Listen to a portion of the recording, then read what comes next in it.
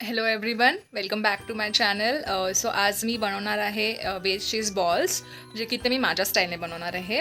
आणि त्यामध्ये जास्ती सामग्री नाही यूज केली आहे आणि ते बनवायला खूप झटपट आहेत, इझी आहेत आणि I am sure you guys will love it. So without further due let's get started. थोडासा बोलायला त्रास होतो आहे कारण की मी ट्रान्सपरंट ब्रेसेस लावले आहेत आणि ॲडजस्ट करायला थोडा वेळ लागेल.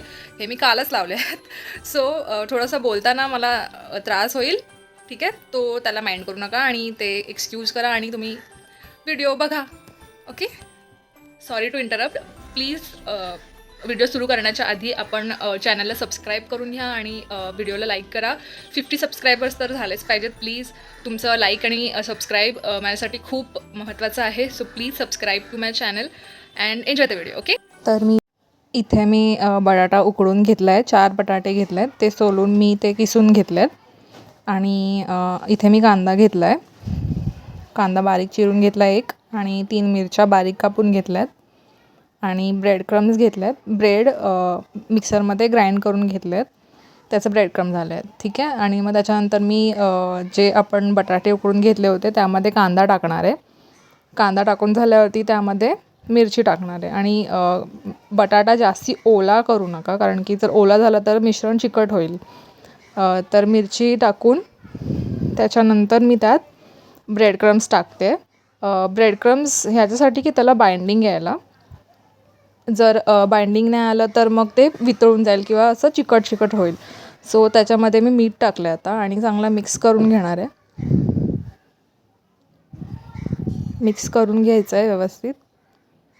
त्याच्यात मग चीज टाकण्यासाठी मी 2 चीज क्यूब्स घेतले आहेत अमूलचे आणि मग मी ते छोटेसे डाईस करून घेणार आहे स्क्वेअर शेपमध्ये. आणि आता ह्याच्यानंतर मी हे मिश्रण घेते हातात.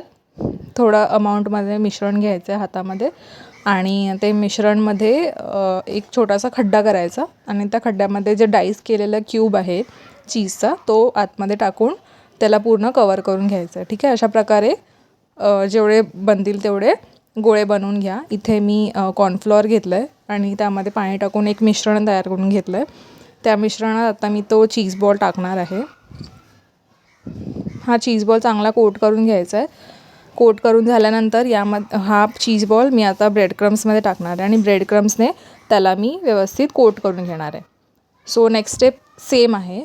यामध्ये परत मी ते मिश्रणात चीज बॉल टाकणार आहे आणि मग त्याला परत एकदा कोटिंग करून घेणार आहे. सो डबल कोटिंग केल्यामुळे काय होतं आहे की ते जे चीज बॉल्स आहेत ते खूप क्रंची बनतात बाहेरून आणि आतून एकदम सॉफ्ट असतात. So these are ready. So मी अर्धा तास यांना फ्रीजमध्ये ठेवलं आणि त्याच्यानंतर मी काढलं बाहेर आणि मग तेल गरम केलं आहे चांगलं हाय फ्लेमवरती आणि मी फ्लेम मीडियम करून हे चीज बॉल्स आहेत ते फ्राय केले. ठीक आहे, फ्लेम एकदम कमी करायची नाही आहे, मीडियमवरतीच तळून घ्यायचे चीज बॉल.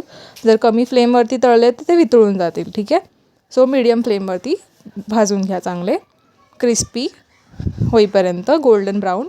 आणि मग ते काढून घ्या एका वाटीमध्ये आणि आपले cheese balls are ready to eat.